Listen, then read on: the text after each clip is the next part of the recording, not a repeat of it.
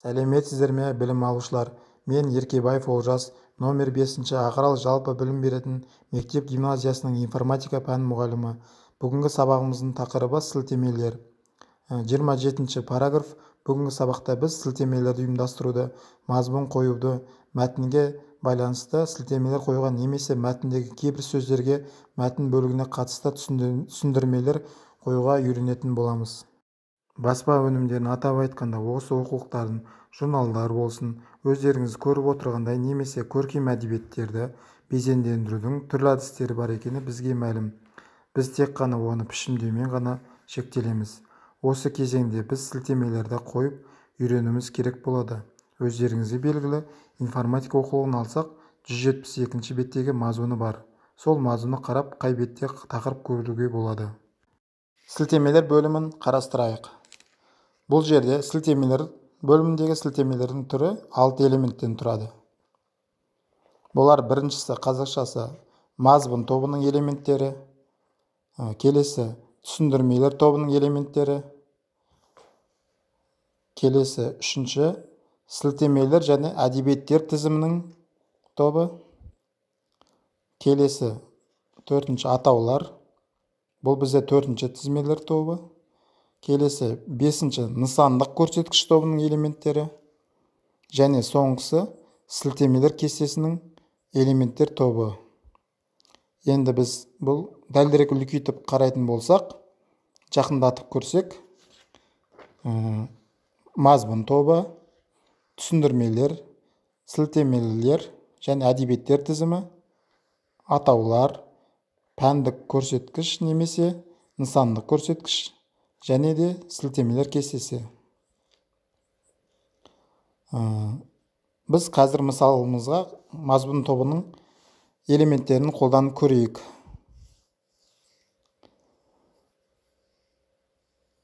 Өздерің информатика оқулығында білетіндей, бірінші параграф эргономика ұғымы.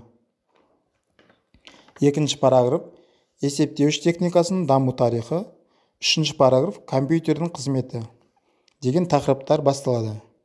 Яғни мен бүгін 3 тақырыпты 3 бетке жазып қойдым. Енді біз бұған мазмұн қоятын болсақ, ең алдымен тақырыптарды ерекшелеп аламыз. Одан кейін басты бөлімдегі қажетті стильді таңдаймыз. Бізге керегі тақырып деген бір стильді басамын.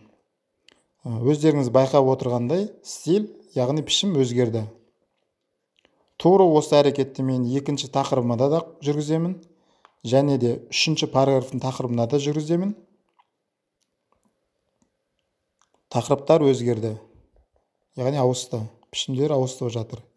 Енді мен мазмұнды қоятын орынды таңдаймын. Егер мен мәтіннің бас жағына қоятын болсам, Enterді басамда, сол жерге қою керек болса, курсорды осы жерге алып келіп, сәйкесінше сілтемелер, мазмұн тобын басамын. Өзіме қажетті түрді таңдаймын. Маған бұл жерде автоматты түрдегі жиынтық қажет болады. Яғни ауысты. Яғни эргономика ұғымы менде бірінші бетте тұр. Есептеуіш техникасы даму тарихы менде екінші бетте тұр. Компьютердің қызметі тақырыбы менде үшінші бетте тұр. Маған өзгертетін бір нәрсе оглавление қазақ тілінде болады, мазмұны болды. Менде мазмұн өзгерді. Дайын тұр. Яғни сілтемелердегі бірінші мазмұн параграф ауысты. Осымен бүгінгі сабағымыз аяқталды. Сіздерге түсінікті болды деген ойдамын. Білім алушылар, сілтемелер туралы тыңдадыңыздар. Келесі тапсырмаға көшейік. Информатика оқулығының 138-ші беттегі 4-ші тапсырма берілген. Сілтемелер бөлімінің топтары мен олардың атқаратын қызметтері берілген. Сіздер соны сызбаға салып, толтыруларыңыз керек. Ал ендеше берілген тапсырманы аяқтағаннан кейін сіздердің кері байланыс күтемін. Сабақта қандай қиындықтар туғызды? Сіздерге несімен сабақ қызықты болды? Назарларыңызға рахмет.